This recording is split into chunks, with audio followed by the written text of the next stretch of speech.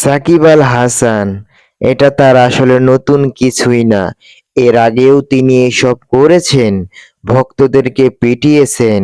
তিনি আসলে সমালোচনায় আলোচনায় থাকবেনই, এটা তার আসলে জীবনই।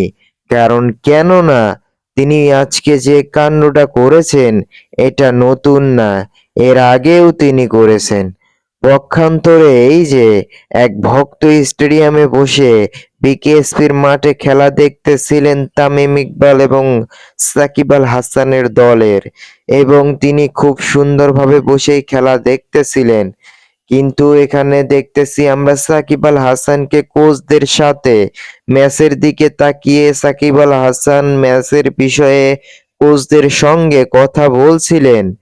ঠিক সেই মুহূর্তেই ঘটে গেল এক কাঙ্ক্ষিত অঘটনা।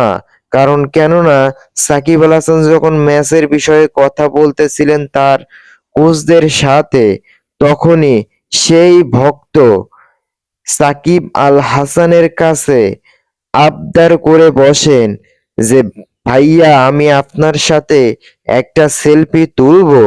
কিন্তু সাকিব আল হাসান বিষয়টাকে ভালোভাবে নেননি। সাকিব আল হাসান তেড়ে ফুঁড়ে তার কাছে যায় এবং তার গলা ধরে তাকে মারতে চায় এবং ধাক্কাইতে ধাক্কাইতে মাঠ থেকে বের করে দেয় এবং তার ফোনটাও কেড়ে নিতে ধরে। কিন্তু ভক্ত তো নাছোড়বান্দা, তিনি তো আর ফোনটা দিবেন না। সাকিব আল হাসান তারপরেও তাকে মারতে ধরে এবং